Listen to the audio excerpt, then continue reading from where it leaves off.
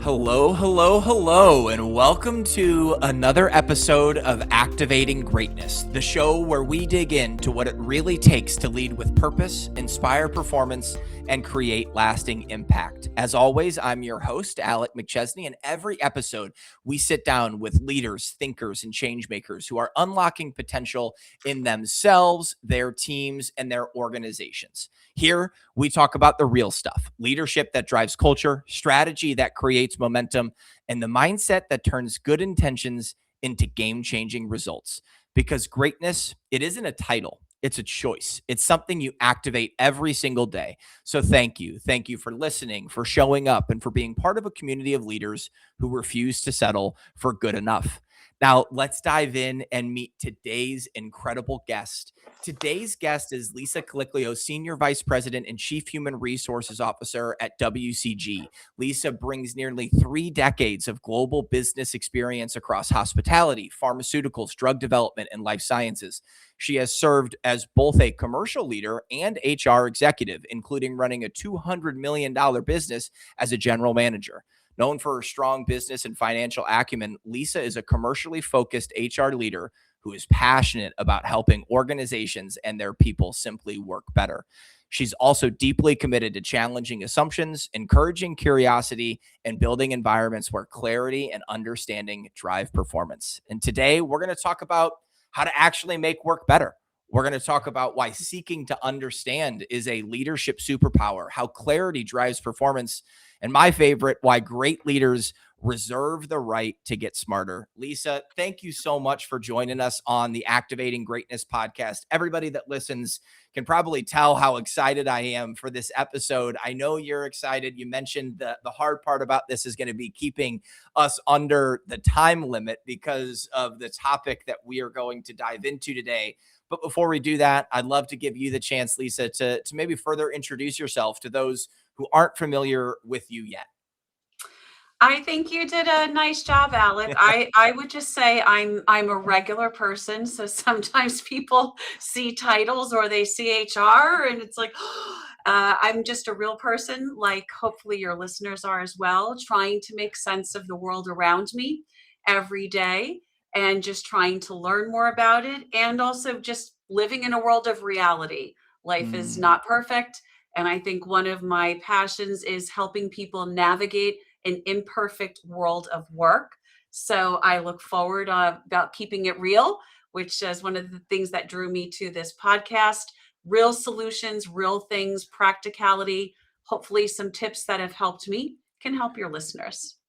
Oh, I love it. And it's one of the reasons why I was really eager to have you on the show is the way that you talk about reality setting in at work. And I think one of the things that I love about the show that you alluded to is we try to avoid the massive buzzwords and just talk as two human beings that are dealing in the same world, and how it impacts Lisa's maybe a little bit different than how it impacts Alec versus Terry versus Jen, but it's all the same things that we are working through. And one of the conversations that came up in our prep call was making work better. And you talked about this difference between what we're willing to accept on the personal life is way different than the standard that we accept at the professional life. And hey, we can be better. We can make work better. And I want to ask a tough question right out of the gate.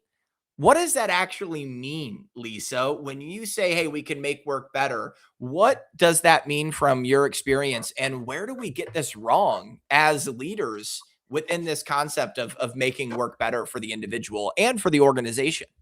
Oh gosh, we could spend an hour just on that question, Alec. I feel like it's the eighth wonder of the world. Yeah.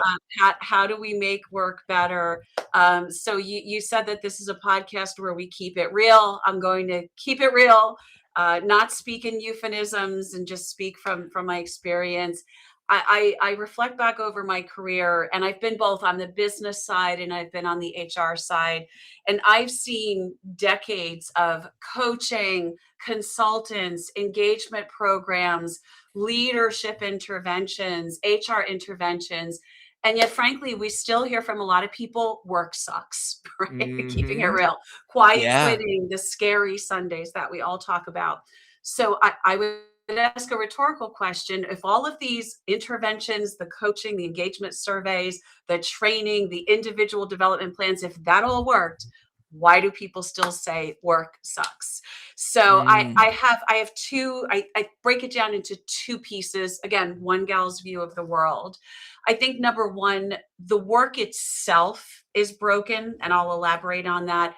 And the second, which you alluded to, I think people have extraordinarily high and unrealistic expectations of how their work life should be perfect when real life is messy. It's one of the Mm-hmm. reasons I love Cy Wakeman.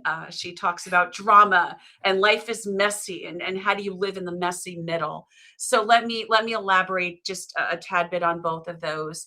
First of all, on number one, the work itself is broken. I think a lot of what people like me do in HR, or people like Velocity, we do great work. We're always trying to understand where are things not working the way that they need to.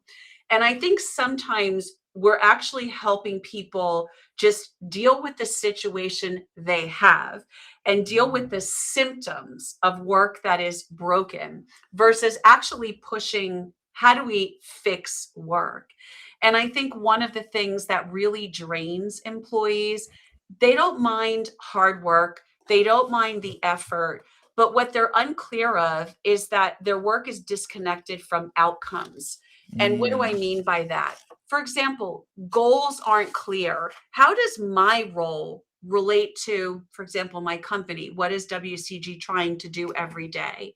And I think sometimes employees are stuck in this swirl of goals that are unclear or even maybe don't exist, priorities that are constantly changing, upstream thinking, decisions made multiple levels above the average person that impact their day job that perhaps aren't fully understood by people Mm. making those decisions. Sometimes decisions feel arbitrary, maybe even driven by political reasons, and a lack of prioritization. And I think all of that stuff, Alec, creates the muckety muck that people have to navigate day to day. So the work itself is not structured where people feel like, does anybody care what I'm doing? Does it Mm. matter? One of the things I have found, and I talk to a lot of peers, and I don't think I'm alone in this, the questions that are rarely asked is, what are we trying to achieve? Otherwise known Mhm. as goals. How does my work, what I'm doing, whatever job I have, contribute to what we're trying to achieve? What is the work that matters most? And my favorite, which is rarely asked, is what work needs to stop? Mm. People have never met a great idea that they didn't like. So I think work sucks because we've made it too complex, too reactive, too disconnected from the impact. And a lot of coaching and interventions help people survive among all of the muckety muck, and some would maybe say dysfunction. But is it actually helping change the work? So I think Mm. there's a body of effort that needs to focus on how do we make work better by making work matter, redesigning roles around outcomes. What is it, Alec, that you're actually paying me to achieve? I can Mm. look at a job description. I've read job descriptions that are 3 pages long, and I couldn't answer the question, what do you actually produce? What are we trying to do here? Low value work, let's face it, we all, I'm sure you do too, we all have work that we have to do, reporting, compliance, audits. Is there a way that we could minimize that? Hey, by the way, little plug for AI. Yep. How do we use AI to work smarter and do that kind of monotonous routine work that actually leaves the judgment, the interpretation, and the nuancing to the great human brain?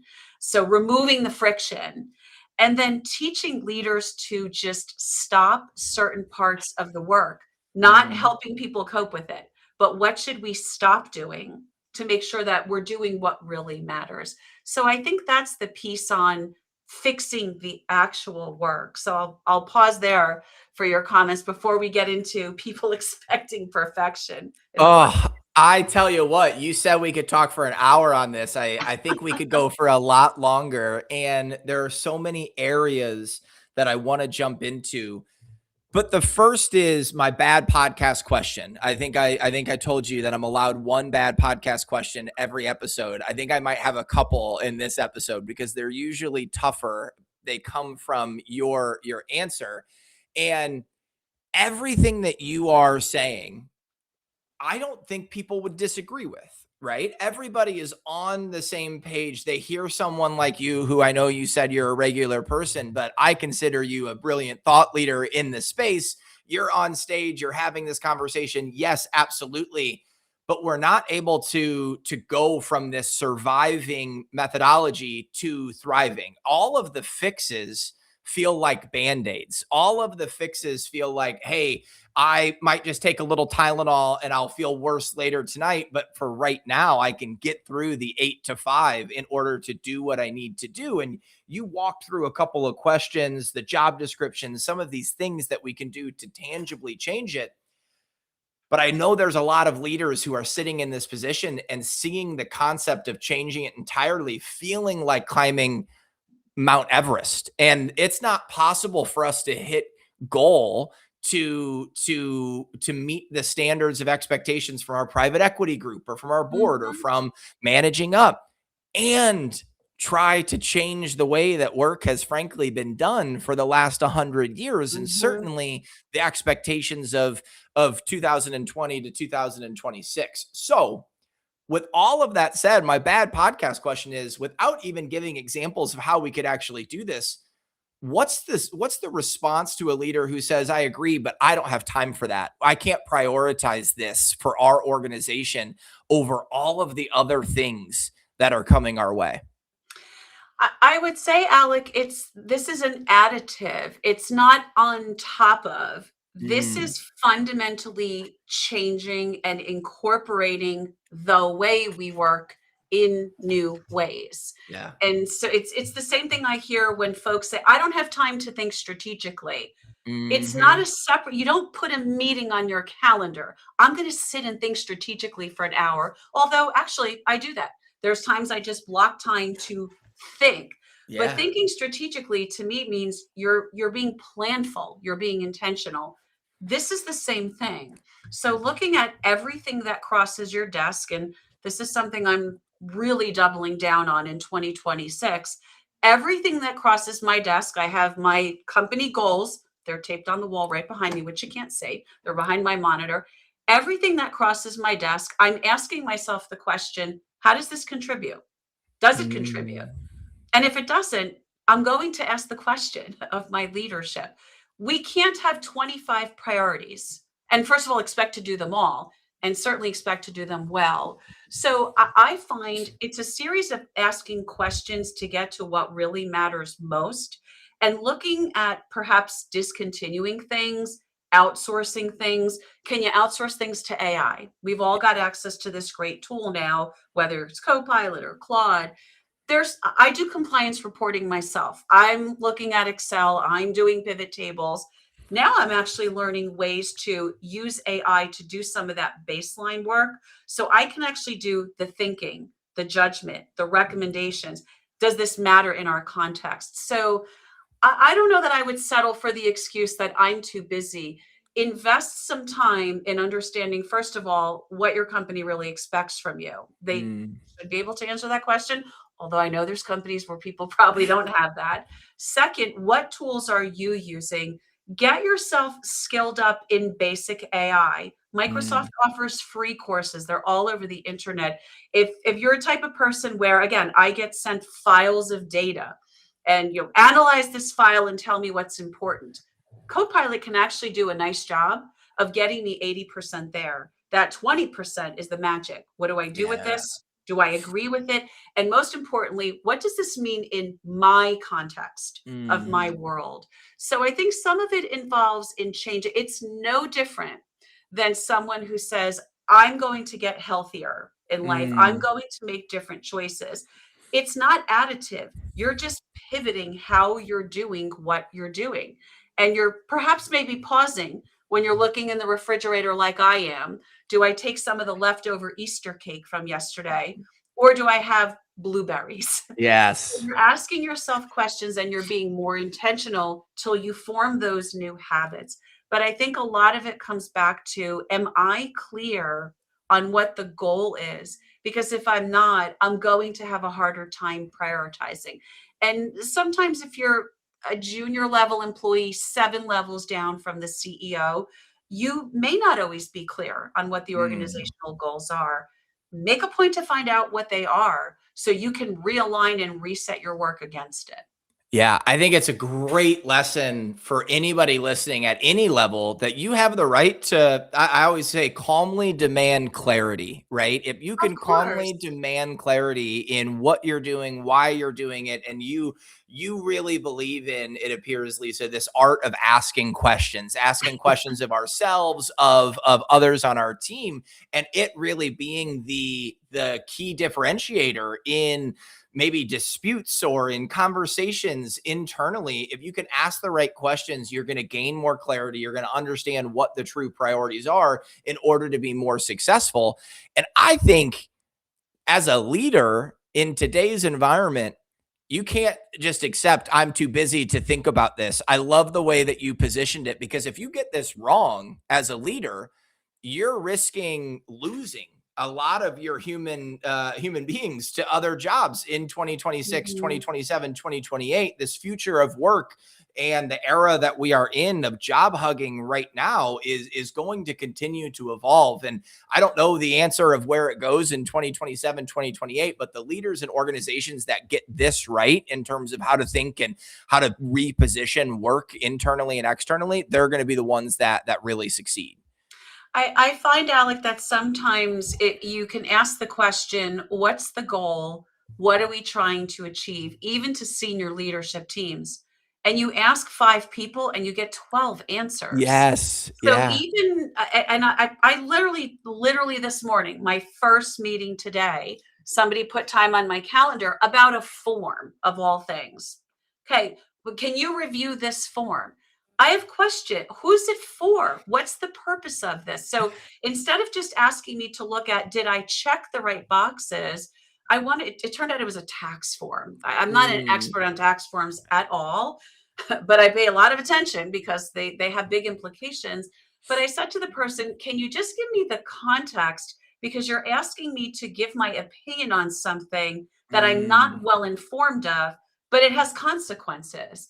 And that person was extremely helpful in saying, this is why we need it. This is what we're asking you to choose, etc.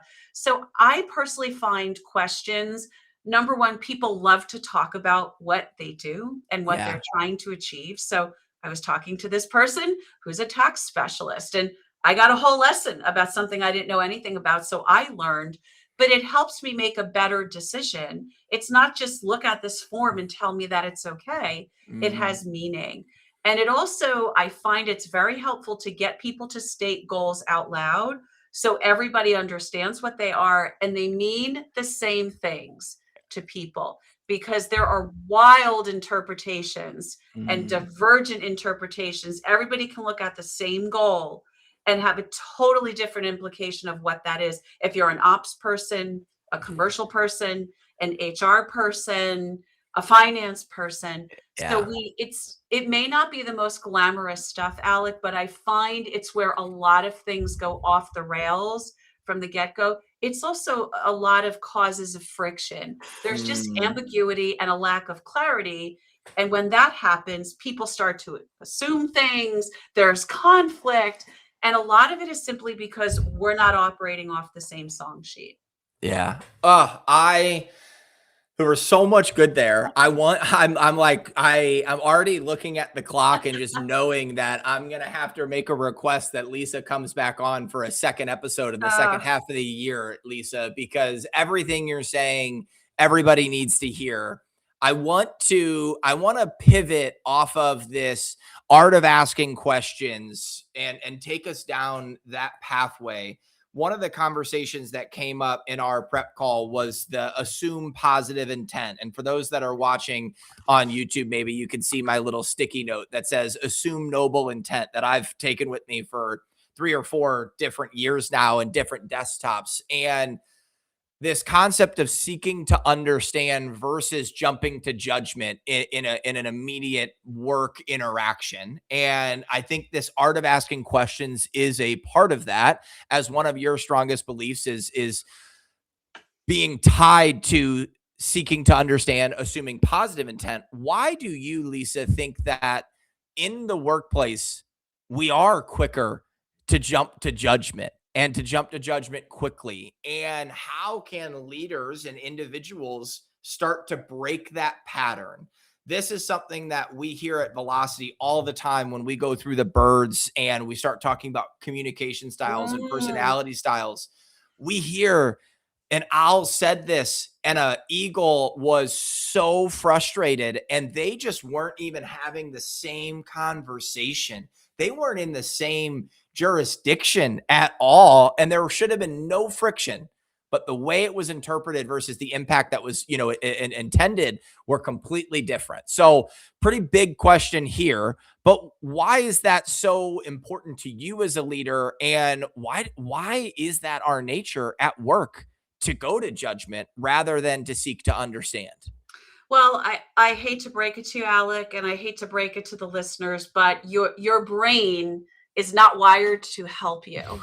Your brain, and I've studied this. I've studied the physical part, I've studied the psychological part. Your brain is wired to protect you and to help simplify life for you. And there's a concept called heuristics, which is your brain starts to recognize patterns and starts to take shortcuts. And Mhm. sometimes those shortcuts help, and sometimes they work against you. So people are jumping to conclusions naturally because of cognitive biases that many of us are not even aware of, these heuristics, things to take things that are overwhelming and potentially threatening to your brain and trying to keep you calm and say, Alec, this is what's really going on here.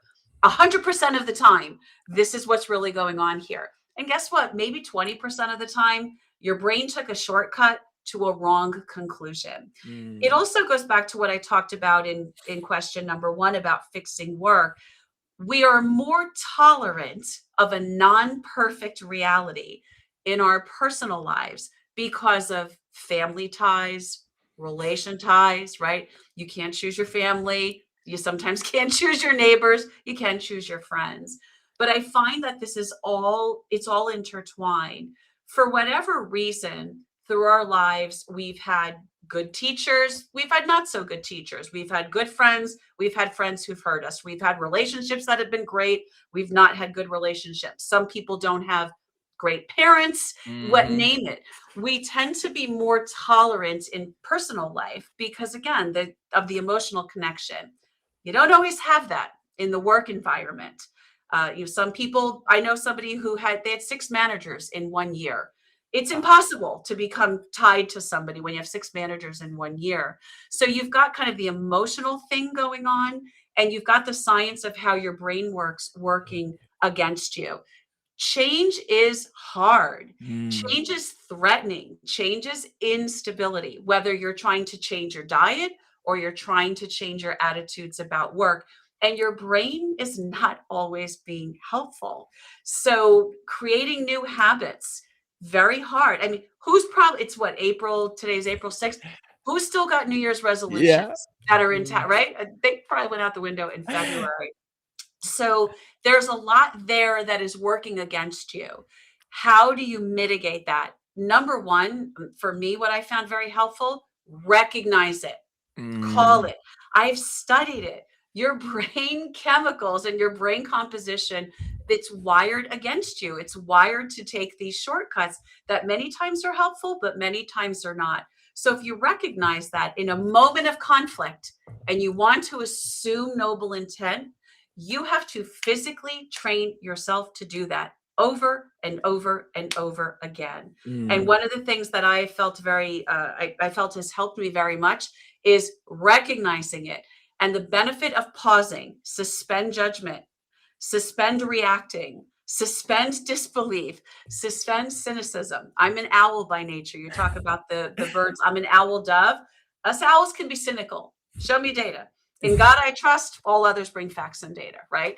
One of my favorite sayings. Number two, you have to want to temper it. And I Mm, think that is one of the hardest things. It's calling it out and it's fighting with yourself to say, I want to make this judgment. My brain is telling me this is what's going on, Alec, but I'm going to battle it out within my head to say, maybe there's actually something else going on. I see this every day in my work in HR, and you talk about the disc birds, which I love. I deal with so many conflicts, from small little misunderstandings to sometimes folks just they don't want to work together for various reasons. Their styles are different. They're mhm. wired different.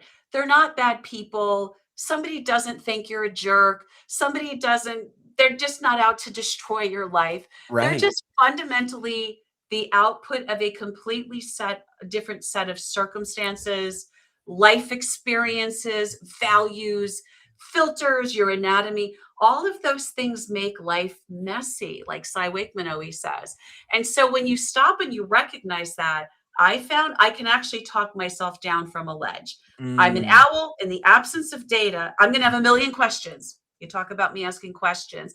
There's times where I don't have answers to my questions, but you have to make decisions. You have to put trust in someone. And yeah. so I find recognizing it and consciously wanting to do it and taking time to understand I'm an owl dove, I think dramatically different than my eagle parrot friends. And that's why I have another sticky that's posted right behind you that shows me here's all the different styles. When I'm Mm, talking to someone, I'm listening and I'm studying. Oh, I'm talking to a parrot.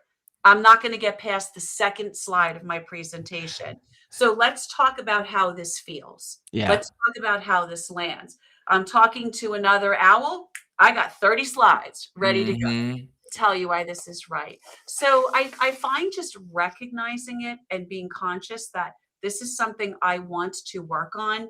I want to assume noble intent. I want to assume good intent. If you practice, your habits will change. You will find yourself starting to naturally move into that place. I'm a person who I do believe some parts of us can change and evolve through life experiences. Yes, you're hard coded. Yes, you have certain DNA, but I also think the will Mm. and the desire to change and be different, be better is a very powerful thing. Your mind can actually become your best friend to help you. Yeah. And, if you have that self-awareness, and I feel like self-awareness has come up more and more on this podcast as of late as a superpower that every leader needs to continue to work on. But then to your point, Totally.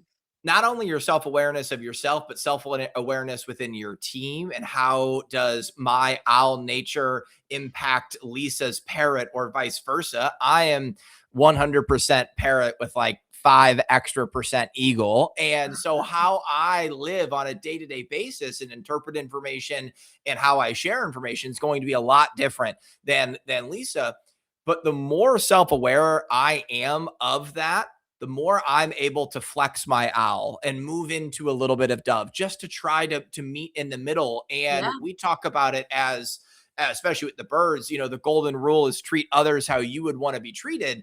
But within the birds philosophy, it's treat others how they would They want want to to be be treated. treated. I And agree. let's meet in the middle and be able to do this. And the other thing that you said was the mind is it can become your best friend and you can train yourself. You mentioned the eating and changing your lifestyle with the cake and the blueberries earlier. It's something that you have control of, but you can also find people either inside of your team or outside your team that can help that as well. When I Sure. joined Velocity, I had a lot of let's just say my stress levels were high from my past organization, and I had been quick to react, and my eagle was very much coming out at all times, and I was struggling to remember this assumed noble intent. And then I'll give him a shout out, Dan Blake, our VP of operations. There were a couple of times early on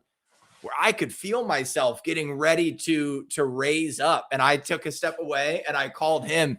And maybe it's because he's out there in San Diego, but his ability to just, hey, it's going to be okay. Let's take 4 Yeah, pauses. yeah. And what's the actual problem here? What's the solution that you need out of this? And what's the actual impact if this is bad, if this is wrong?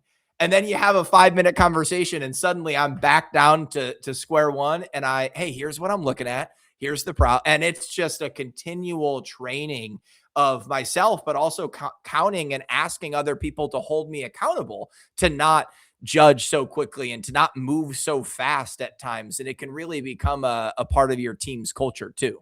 I love that. I think first of all, I applaud you because again, the self-awareness that I do this and I know myself and I know my tendencies. And the second piece, I want to do it different. There you go. You're Yeah. actually kind of proving my hypothesis. One of the things that I found for me personally, you have to find these little hacks that will work for you. And I use what I call the 24-hour rule. I'm Mm, generally a calm person. People ask me all the time, do you ever get upset over things? Of course I do. But I've learned I give myself 24 hours to roll mm, around in it. And usually how I feel after 24 hours is how I feel. I'm yeah. not the cortisol is not flowing out of the amygdala. Folks can Google that. That is responsible for this high energy that sometimes comes out in times of conflict. And J.P. Paul Fry talks a lot about, the science of the amygdala on the brain and all this cortisol flowing through your veins. So for me, I know myself. If there's Mm, something that I'm either deeply upset about or irritated or I'm really struggling, I give myself 24 hours. My brain will do all its calculations in the background yeah. subconsciously. And I find eventually I start to land in a place where I think is okay, this is how I feel about something. I also love running. A good run helps me as well. And I just say that not that everybody has to go out and run, but find one or two things that you find work. For you, it's calling Dan Blake. For me, it's Hmm. 24 hours. I'm going to go for a run. I'm going to see how I feel at this time tomorrow. Guaranteed. The amygdala will have slowed down. The cortisol will be absorbed by your body. You'll probably still feel something, but Mm, I think you'll be in a much better state. And so that's what's worked for me. But I tell people, call it, identify that you tend to react this way. It's not bad or good, just yeah. how you react. And what is your antidote to that? Mm, The yin to the yang. And again, you have to want to do this. I hear from a lot of people, Alec, I am who I am, deal with it. Okay. hmm.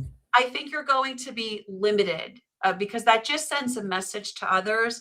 I'm not willing to expand my perspectives. I'm not willing to think differently. One of my favorite sayings is, I reserve the right to get smarter. You're immediately just closing off all those doors if you just double down and say, I am who I am, just deal with it. It also gets really hard for others to assume noble intent on your part. So Yeah. I'd say 80 to 90% of the conflict situations I've dealt with in my career in HR have come out of either lack of communication, poor communication, lack of clarity, and or lack of self-awareness and a willingness to do something about it. Whew. I mean, I need to just pull out that entire answer from you, Lisa, and put it on a billboard in Times Square, and we could just re-listen to it over and over again. I want to piggyback off of the I reserve to get smarter. I reserve the right to get smarter because you said this in our prep call, and I instantly wrote it down, doubled up with an asterisk, and said, I have to ask you about this. A lot of leaders talk about the ability to hire people that are smarter than them, the fact that they want people to come in and challenge them. But then when it comes time to be challenged, it's not always the easiest thing to accept. And it Mhm. seems like one of your leadership philosophies is I reserve the right to get smarter. So where did that come from, Lisa? How has it shaped your leadership mindset? And why do you believe it's so important? I will tell you one of my biggest fears early in my career, Alec, and again, I'm an owl. Owl's pride, accuracy, Yeah. being knowledgeable, having the answers. I used to be terrified of being called on in a meeting and not having the answer. God Mm. forbid I say those three dreaded words, I don't know. And probably about 10 years ago, I don't know, maybe it came to me in a dream. I just let go of that, and Mm. I felt very comfortable, and I'm still very comfortable today saying, "I don't know. I don't understand this. Can you explain this to me?" People who work with me will tell you that I'll even say, "Can you explain this to me like I'm 5?" I like really at the most basic level because I really want to make sure that I get it. It has been freeing, Alec. It has changed my life. And Oh. I think that leaders, they put this terrible pressure, it's oppressive on Mm. themselves that I've got to know all the answers. I've always got to be right. I never want to be caught in a situation where I have to tell a superior I don't know, or one of my team members comes to me and I can't give them the answer. And it's just, again, it's oppressive. It just weighs on you and it creates this anxiety. No one's expected to know everything about everything. I've actually found the more I know about things, the more I come to realize I don't know. And Yeah. I find it's like constantly double clicking. But why? But why? But why? It is not only freeing, it just makes life so much more interesting. And even this morning, again, it wasn't the most exciting conversation on the tax form, but as the person was explaining where this goes, who sees it, what's it used for, I thought, wow, it's pretty darn important. Didn't know that. And I said that to her. I had no idea that this form and what boxes we check have such an impact. It Mm. changes your life. And I've never had in my biggest fear was someone saying, "What? You don't know this, Lisa? You're a vice president. How can you not know this?" I've never had that happen. I've had people say, "Oh, I'm surprised you haven't heard about this. Mm. I'm surprised you've not had this experience." But a lot of people, again, they love to tell you what they know. They love to explain their world. They love to explain the impact of their work. So when you just ask why, tell me more about this, I want to make sure I'm giving you my best thinking. Can you go over this part again? Help me to Yeah. understand it deeper. It just you just see people flourish. They Mm. love explaining and just the doors that it opens in your mind. I think it literally creates new neural pathways. You're just activating parts of your brain and neuro connections that you didn't have. And I have no problem whether it's the CEO, our board of directors. I've never been in the Pope's audience, but if I don't understand something and people will tell me that, you're not afraid to say it. I'm not, Yeah. because it's so liberating and it just opens your mind to take everything. And every day is a constant exploration and discovery. And people will say sometimes fake it till you make it, perhaps. But I have found I formed much deeper relationships. I find credibility is formed easier when someone says, "Oh, let me explain to you why this is important," or Yeah. "Here's why this is a really big deal." And they watch my light go on. And I do the same thing. I can tell if people grasp concepts by the questions they They ask. ask. Yeah. And it's been such a game changer. I would tell any leader out there, do not be afraid of those three little words. I don't know. Can you Mm. help me understand this better? Let's come up with an answer together. And Yeah. your team members love that. People love to collaborate. We solve really hard problems in HR. We solve really hard problems as business leaders. No one expects any one person to have all the answers. So Mm. just open your minds to new freedom of discovery. You ask for help, I will tell you, most people are going to want to help you and partner with you.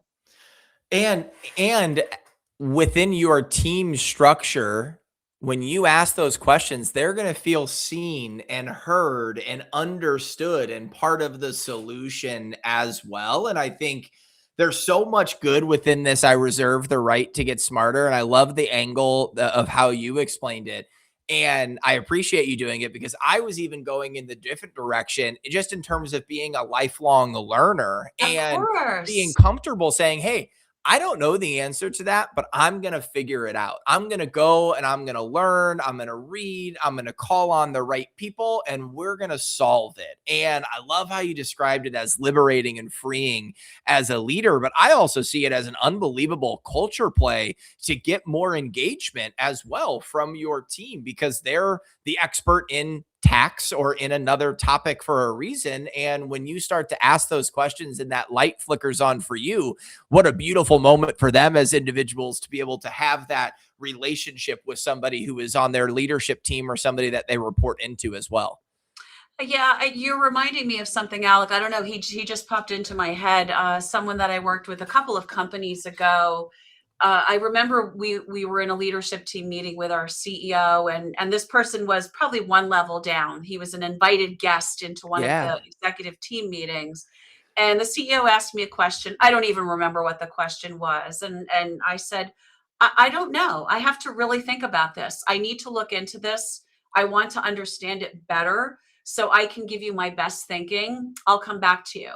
And this person, I want to say he was maybe a director, came up to me after the meeting and said, you just made it safe for everybody else who didn't Yeah. know what the CEO was talking about. You made it safe for the rest of us to say, we don't understand this either. And I've come to appreciate that's called psychological safety. Safety. And Yeah. so and I've gotten awards. I mean, but stuff like that, Alec, doesn't resonate with me. I don't even remember awards I've won. I've always remembered when this person came up to me after that meeting and said, can I just tell you, I just watched the rest of the room kind of breathe a sigh of relief, because it was clear that people didn't really understand what the topic was and what you were being asked. And the fact that you said in front of your peers and to the CEO, I hadn't thought about that. I don't really know that much about it. Let me get myself skilled up on it and Yes. educated. Let me talk to people who really know this so I can give you my best thinking. And again, it just takes this pressure off of, I've got to make something up in the moment. Fake it till Hmm. you make it. That can actually be quite dangerous when Yeah. you're making decisions about pay or Mm. organization structures or people's livelihoods. Sometimes, sure. If I was speaking in a room of 500 people, would I have said it exactly that way? Probably. Actually, I know myself. But I think it's very freeing, and you set an example for others that it's okay not to have the answer sometimes. There's certain things you should know. You've been in Yes. HR for 30 years, you should know about certain things. But some of today's problems, Alec, we've never seen before. Yeah. Even this whole new world of what should be AI led versus what should be human led. We're Mm. still trying to figure all of this out. I think that the hype is kind of outpaced the reality as Yep. of right now.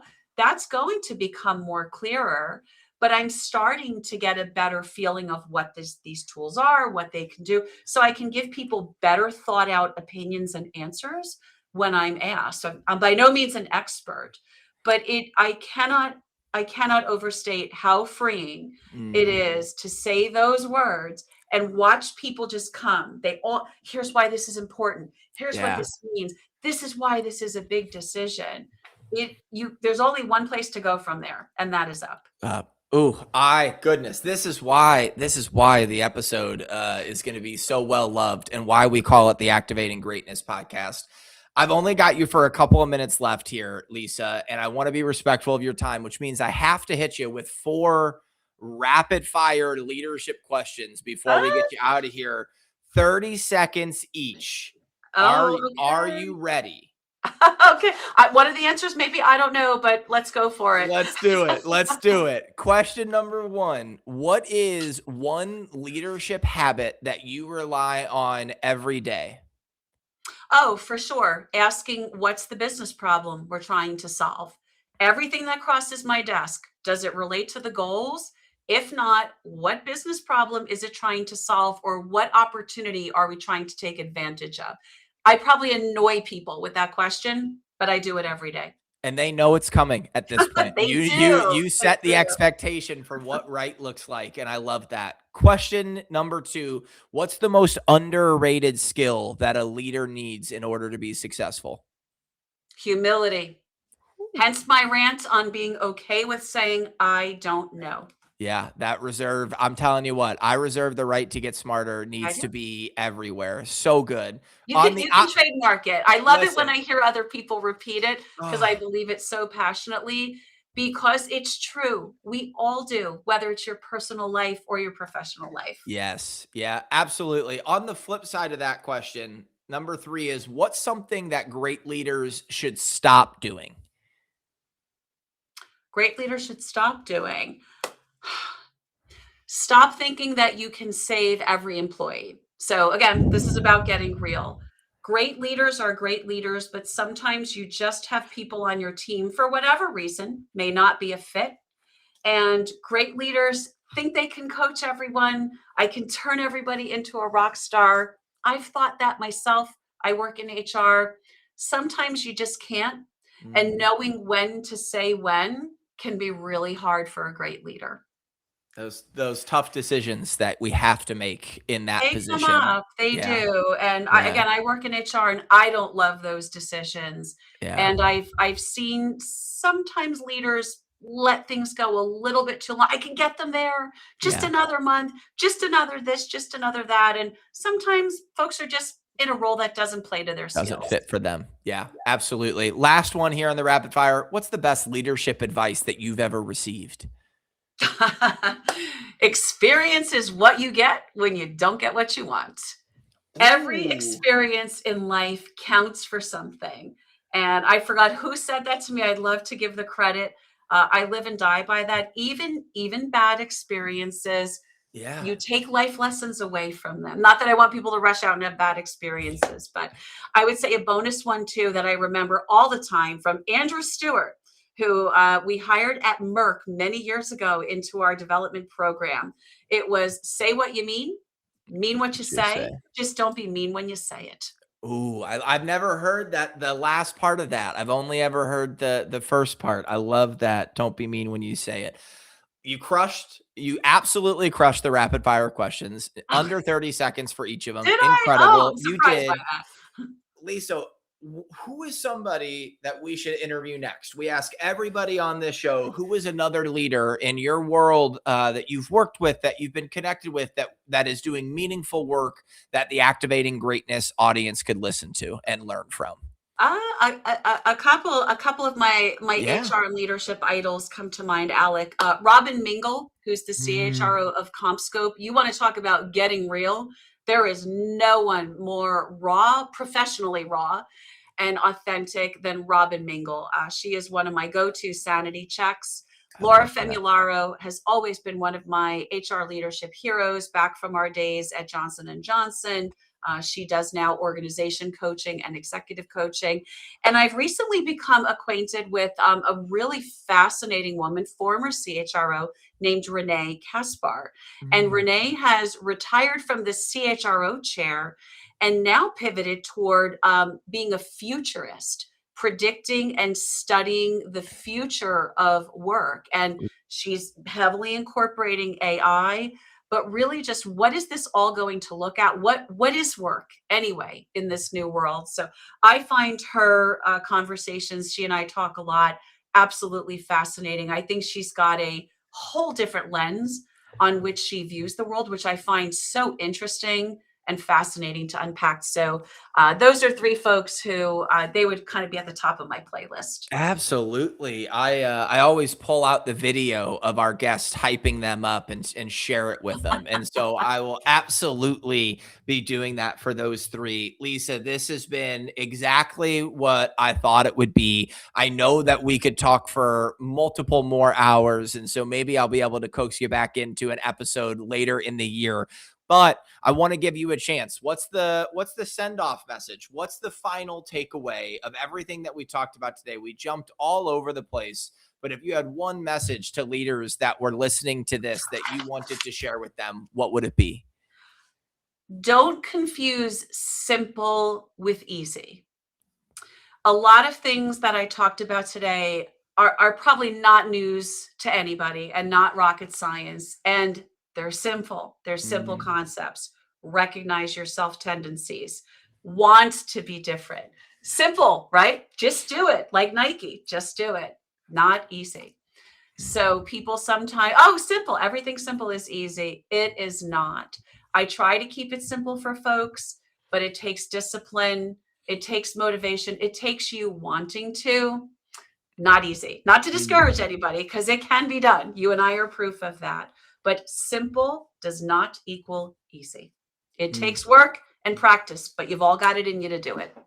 Whew, that is a heck of a way to end the episode. I'm also going to use it to promote the episode, Lisa. I greatly appreciate you spending some time with us. I think everybody who listened to this is going to receive a ton of value and have immediate action items that they could bring into their day-to-day lives as leaders and frankly, as individuals. For those that did listen to this, you're probably thinking, unbelievable, I need more Lisa content in my life. Go connect with her on LinkedIn. You are right. She is posting all the time there. I feel like even in the last couple of weeks, I've seen some posts of hers, whether it's about her running or different experiences that she's gone through that I am already learning from. Make sure you go connect with her. Send her a note that the Activating Greatness podcast is where you found her and what sent you to her platform. And make sure that you comment, engage with this. This is episode 27. We are on pace for over 80 in 2026, which is incredible. And the only reason that's possible is the unbelievable guests like Lisa, but also the fantastic audience that we have and the continual feedback loop that we get from each episode. And hey, we're able to take something that Lisa said, or we had Terry Fleener on from WCG, and here's what she said. And that's really what makes this podcast and the network so great. So thank you again to everybody listening. Continue to listen, Spotify, Apple, YouTube, wherever you get your podcast. Rate, download, leave 5-star reviews, do all the things so I can continue to prove that this works and I can continue to have great conversations with thought leaders like Lisa. Lisa, one more time, thank you so much. I really appreciate you spending some time with us. Oh, it's been my great honor. Thank you so much for thinking of me, Alec. Absolutely. And everybody listening, thank you again for being part of a community of leaders who refuse to settle for good enough. We'll see you on the next episode of Activating Greatness. Bye-bye.